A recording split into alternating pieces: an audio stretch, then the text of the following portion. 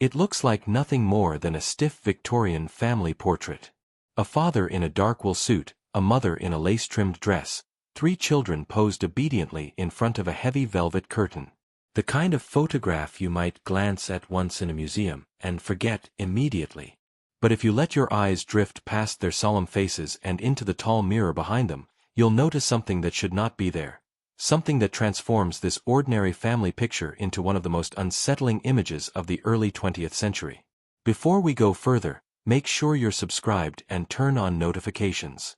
Stories like this one, where history hides its darkest truths in plain sight, are the kind you don't want to miss. Leave a like if eerie mysteries fascinate you, and let's step into 1903. The Reynolds family lived in a broad, wood-framed house on the outskirts of Lowell, Massachusetts. Their parlor, where this portrait was taken, was decorated in the style fashionable at the turn of the century. Floral wallpaper in pale green and cream, a tall gilded mirror mounted between 2 gas lamps, and a heavy Persian rug spread across the floor. The photographer, a local professional known simply as Mr. Hadley, positioned the family carefully. Chairs were dragged into place, children's collars straightened, a small clock adjusted on the mantel so the hands would not be caught at an awkward angle. In 1903, portrait photography was an event, a declaration of stability and respectability. Families dressed in their best, polished their shoes, and hoped to be remembered not as they were in the mess of daily life but as dignified citizens of the new century. At first glance, the Reynolds portrait captures exactly that. George Reynolds, the father, sits stiff-backed in an oak chair, his mustache trimmed to a perfect point. Beside him stands his wife, Eleanor, hands resting lightly on the shoulders of their eldest son, Robert, who looks barely 9. 2 younger children, Margaret and little James, stand close together at their father's knee. The lighting is soft, the focus sharp. Nothing seems out of place, until you notice the reflection. Behind the family, the mirror catches more than the curve of Eleanor's dress or the polished wood of the chair. Between the mother and father, faint but undeniable, is the figure of another child. Smaller, younger, standing just behind the family line. His face is pale, his hair lighter than his siblings. Most disturbingly, while the other children are frozen in carefully rehearsed poses, this reflected child seems to be turning, as if aware of the camera. His eyes meet the lens in the mirror. When the photograph was first developed, it passed without comment. The Reynolds displayed it proudly in their home, the gilt frame hung above the mantel in the very room where it had been taken. But decades later, when the house changed hands and the portrait was donated to a local historical society, archivists looked more closely. The mirror child had not faded with time. He was still there, indistinct yet sharper than a smudge, too human to be dismissed as a trick of light. The archivists began to ask questions. Why would the photographer allow a stranger to intrude into the family's composition? Why was no mention of a 4th child made in the accompanying notes? And why did none of the family members, frozen forever in their solemnity, seem to react to the presence behind them? It is here that the story begins to fracture the boundary between the ordinary and the uncanny. To some, the mirror figure was nothing more than an error of exposure, a double reflection caused by the glass and the studio's imperfect lighting. To others, it was an artifact of grief, a ghostly presence captured in the silver nitrate as if the camera had recorded more than it was meant to. The Reynolds themselves left no explanation. George died in 1918, Eleanor in 1932. Their children grew, scattered, and left the portrait behind. But whispers began to circulate in Lowell. Whispers that the Reynolds had lost a child, a boy, only weeks before that photograph was taken. For now, imagine yourself in that parlor in 1903. The air thick with the smell of oil lamps and furniture polish. The photographer ducking beneath his black cloth, adjusting his lens. The children restless, shifting their weight from foot to foot. And the mother, her expression so carefully composed, glancing once, just once, at the mirror before looking back at the camera. Whatever she saw, she never spoke of it. Very thing. To understand why the Reynolds portrait unsettled later generations, you have to step back into the early 1900s, when photography itself carried an aura of mystery. At the dawn of the 20th century, a family portrait was not just an image, it was an act of preservation. Few households owned cameras, and professional photography was expensive. Families prepared for weeks, choosing their finest clothing, polishing jewelry, and rehearsing how they would sit or stand. When the day came, it was treated almost like a ceremony. Mirrors, too, had their place. In wealthy or aspiring middle-class homes, they symbolized refinement. A tall gilt-framed mirror like the one in the Reynolds parlor was more than decoration, it was a statement of prosperity. Guests who entered the room would see themselves reflected alongside the household, subtly reminded of the family's taste and standing. That mirror became part of the composition the day Mr. Hadley set up his tripod and asked everyone to hold still. He may not have considered that its polished surface could introduce another dimension to the image. But the early 1900s were also a time when society was caught between science and superstition. Spiritualism had surged in popularity in the late 19th century, with seances, mediums, and ghost photography becoming fashionable among both the grieving and the curious. Newspapers frequently reported on seances in New England parlors. Prominent figures, from writers to politicians, confessed to attending spirit circles. It was an era when the idea of contacting the dead did not belong only to fringe groups but often sat comfortably beside Sunday church services. Photographers sometimes participated in that blurred world. Double exposures and accidental reflections were misinterpreted or deliberately presented as evidence of ghosts. Studios advertised spirit portraits, claiming they could capture images of departed loved ones hovering protectively over the living. Most of these were debunked as tricks of exposure or deliberate manipulation, but they left an enduring fascination. So when archivists in Lowell came across the Reynolds portrait decades later, the timing could not have been more sensitive. The mid-20th century was seeing a revival of interest in supernatural phenomena. Paranormal societies combed through old photographs, hunting for anomalies. What the archivists saw in that mirror seemed to echo the earlier era of ghost photography, except the Reynolds family had not advertised their picture as such. It had been intended as a simple domestic record, a testament to a family's place in history. Local newspapers caught wind of the story in the 1960s. A short article appeared in the Lowell Gazette, noting a strange childlike figure visible in the reflection of a 1903 portrait donated to the Historical Society. Letters to the editor poured in. Some readers dismissed it outright as an error of lighting. Others insisted it was proof of something beyond explanation. One particularly vocal correspondent, a retired schoolteacher, claimed she remembered hearing whispers in her youth that the Reynolds family had buried a small coffin one winter, a month before Easter. The rumors grew. Soon, the portrait was included in small traveling exhibitions of unexplained photographs. Visitors leaned close, squinting at the grainy reflection in the mirror, debating whether it was a smudge, a trick of shadow, or the unmistakable outline of a boy. For every skeptic pointing out the limitations of early cameras, there was another who swore the face in the mirror carried its own undeniable expression. It was not just the figure itself that disturbed people. It was the stillness of the scene around it. The Reynolds family, captured forever in dignified poses, seemed oblivious to the presence behind them. The father's eyes looked forward, steady and cold. The children, instructed to hold still, betrayed only the mild discomfort of long exposure.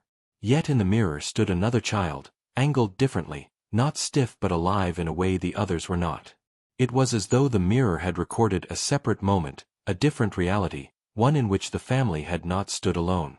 By the late 1970s, the photograph had gained something of a reputation among collectors of the macabre. Amateur historians began digging into the Reynolds family's past, scouring census records, birth registries, and burial logs. At first, they found only 3 children listed, Robert, Margaret, and James, just as the portrait depicted. But the persistence of the rumor kept interest alive. People wanted to know if there had once been another child, one who never grew old enough to leave an official trace. The Reynolds portrait was no longer just a stiff piece of family memorabilia. It was becoming a cultural artifact, a crossroads where history and haunting met. The more people argued over it, the deeper the mystery seemed to grow. What had begun as a moment of family pride in 1903 was, 70 years later, being scrutinized under magnifying glasses, photographed again for magazine spreads, and whispered about in late-night conversations.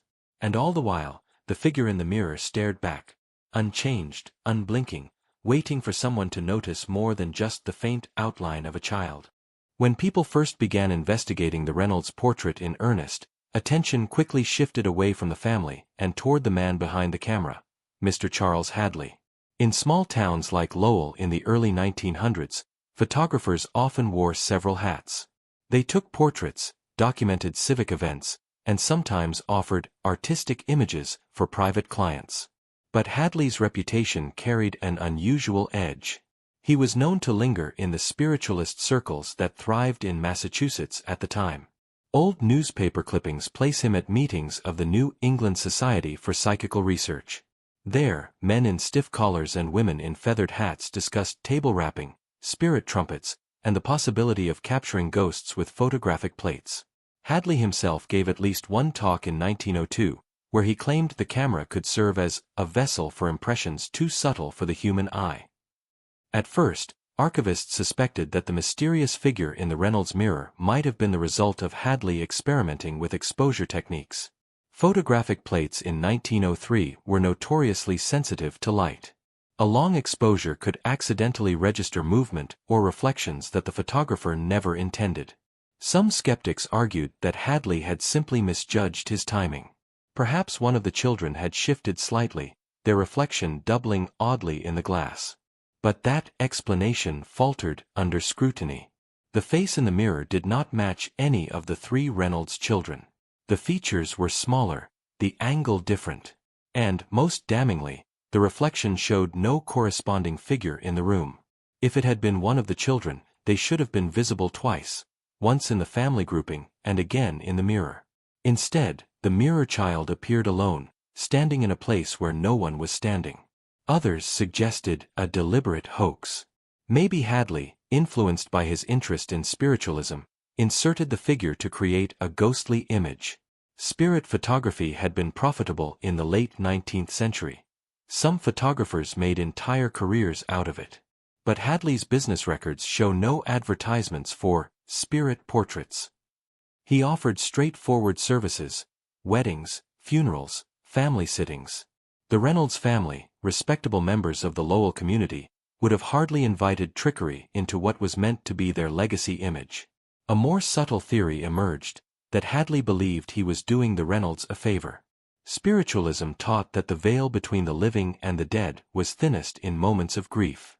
If, as rumor suggested, the family had recently lost a child, then capturing an echo of that child in the mirror might have seemed an act of compassion rather than deception. Perhaps he thought the family would find comfort in seeing their departed son present, even faintly, among them. There was some precedent. In 1869, a Boston photographer named William Mumler had been tried for fraud after producing dozens of so-called spirit photographs. Clients swore they saw their lost relatives hovering beside them in the finished plates. Though Mumler was acquitted, his career collapsed under scandal. Still, his technique spread, whispered among photographers who dabbled in both art and the occult. By 1903, those methods were well known to men like Hadley. Examining the Reynolds portrait under modern technology only deepened the mystery. In the 1980s, high-resolution scans revealed no obvious double exposure marks, no overlap of clothing patterns, no blurring of lines. The figure in the mirror was distinct, occupying its own layer of silver nitrate. It was not a trick of careless technique. If anything, it appeared intentional. Critics of the supernatural explanation insisted that everything could still be explained by optics. Old mirrors often warped reflections, producing ghostly shapes from ordinary objects. A smudge, a piece of furniture, even a trick of light from the gas lamps could, under the chemistry of early photography, appear as something resembling a human face. But those who stood before the original print at the Lowell Historical Society often came away shaken. The child's eyes in the mirror did not look like a blur. They looked like they were looking back. Meanwhile, researchers piecing together Hadley's biography discovered that he died in 1906, just 3 years after the Reynolds portrait. His studio closed abruptly, his negatives sold off at auction. A ledger from his estate listed debts and a note about plates withheld. No one knows what happened to those withheld plates, but some speculate they contained other images like the Reynolds. If true, they might show a pattern, evidence that Hadley had been experimenting deliberately with ghost imagery until his sudden death. Whether by accident, experiment, or intention, Hadley left behind a photograph that resisted explanation.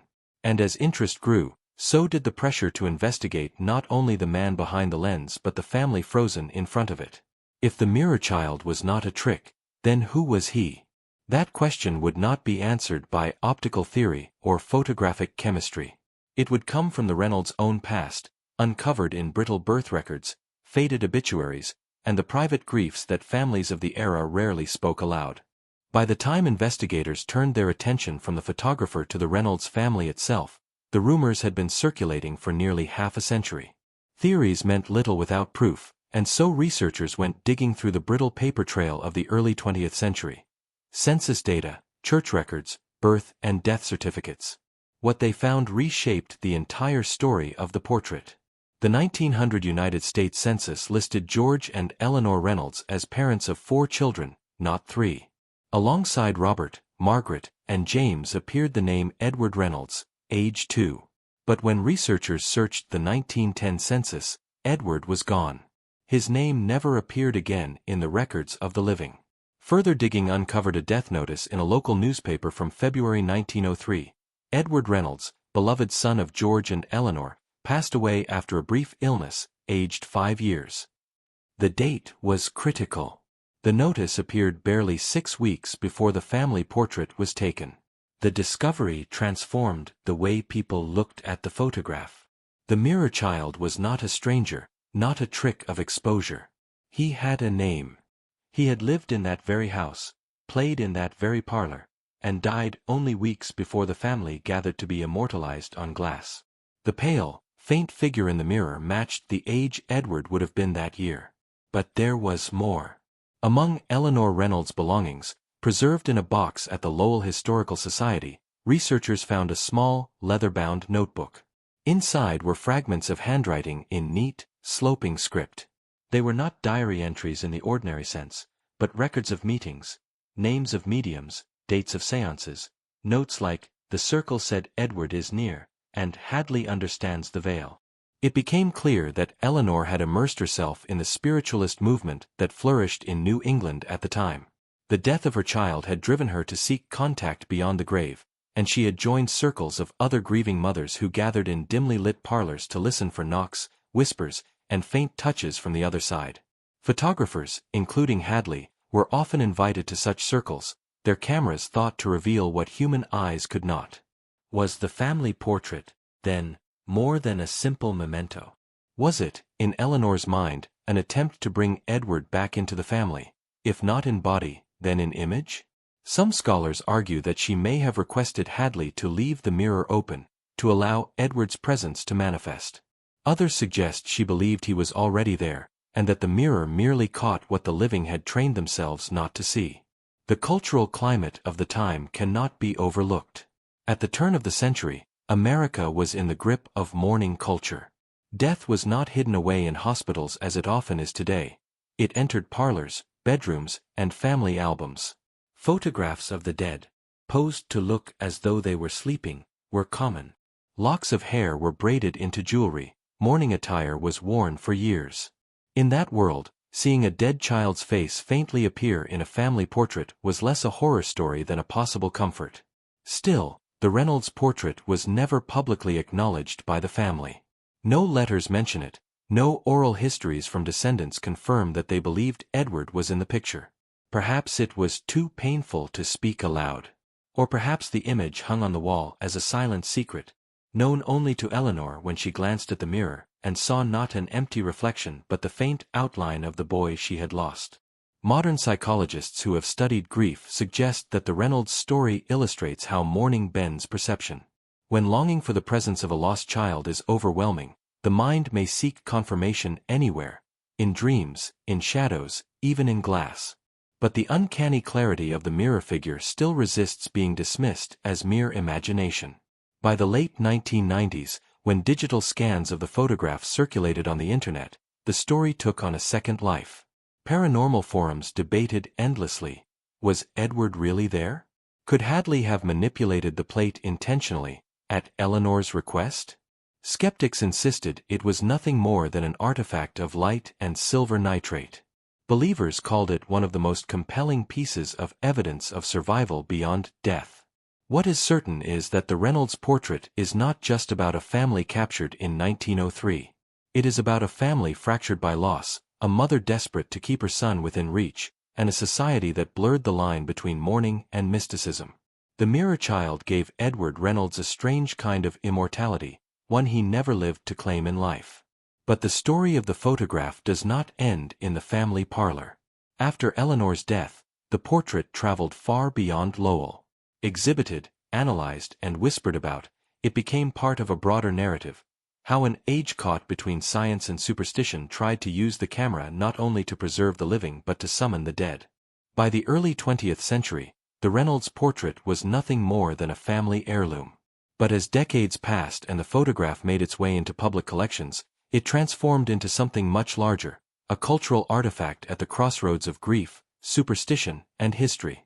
When the Lowell Historical Society acquired the portrait in the 1940s, it was displayed in a modest frame with a small card, Family of George and Eleanor Reynolds, 1903. At first, visitors barely noticed it among the other relics of New England domestic life. But as curators themselves began whispering about the fourth child in the mirror, the portrait drew attention. By the 1960s, local newspapers had picked up the story. By the 1980s, paranormal investigators were requesting private viewings. It did not take long for the photograph to cross into popular culture. In 1992, it was featured in a documentary on Haunted New England, where a slow camera zoom revealed the Mirror Child while a narrator whispered, "Some families never let go." Later, when high-resolution scans began circulating on early internet forums, the Reynolds portrait became a minor viral sensation. Paranormal enthusiasts debated endlessly whether the boy's reflection was proof of survival after death, while skeptics produced diagrams showing how old mirrors could distort light. Professional historians approached the photograph differently. To them, the portrait was not evidence of the supernatural but a window into the psychology of grief in 1903. They pointed to the broader mourning culture of the time, when death was not hidden away but integrated into family life. Children were often photographed post-mortem, dressed in their finest clothes, eyes painted open, bodies posed to mimic sleep. Against that backdrop, the Reynolds photograph seemed less an anomaly and more part of a cultural pattern, one where families sought permanence, even in loss. But there remained a problem: the clarity of the image.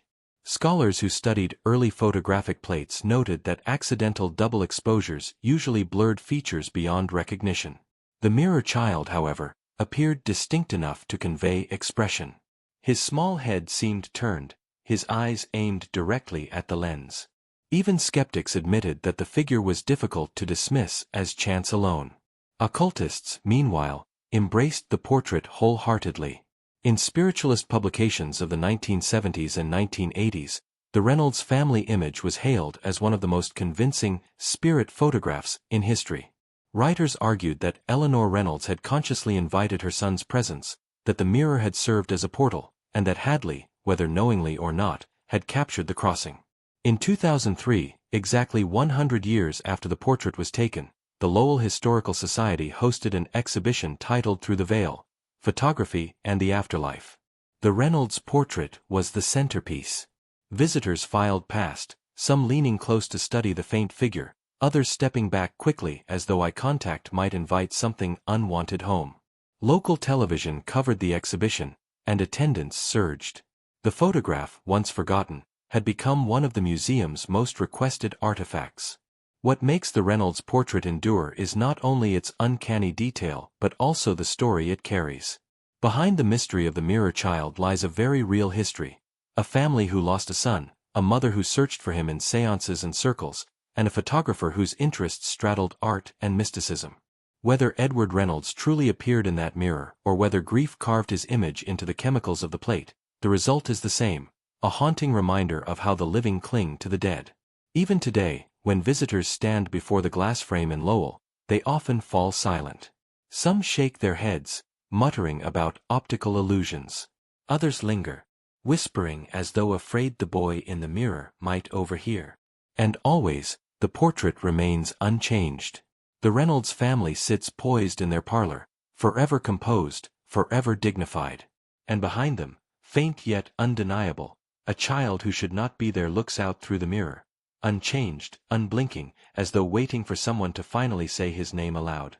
Perhaps the most unsettling truth is this: the Reynolds portrait was never meant to terrify. It was meant to comfort, to preserve, to honor a family's existence at a fragile moment in time. Yet in doing so, it captured something that generations have struggled to explain. A photograph that should have been ordinary became extraordinary, not because of what it intended to show, but because of what it revealed. So the next time you glance at an old family photograph, take a closer look at the mirrors in the background. You might find nothing but empty reflections. Or you might discover what the Reynolds did, that sometimes, grief leaves behind more than memory. Sometimes, it leaves a face staring back at you from the other side of the glass.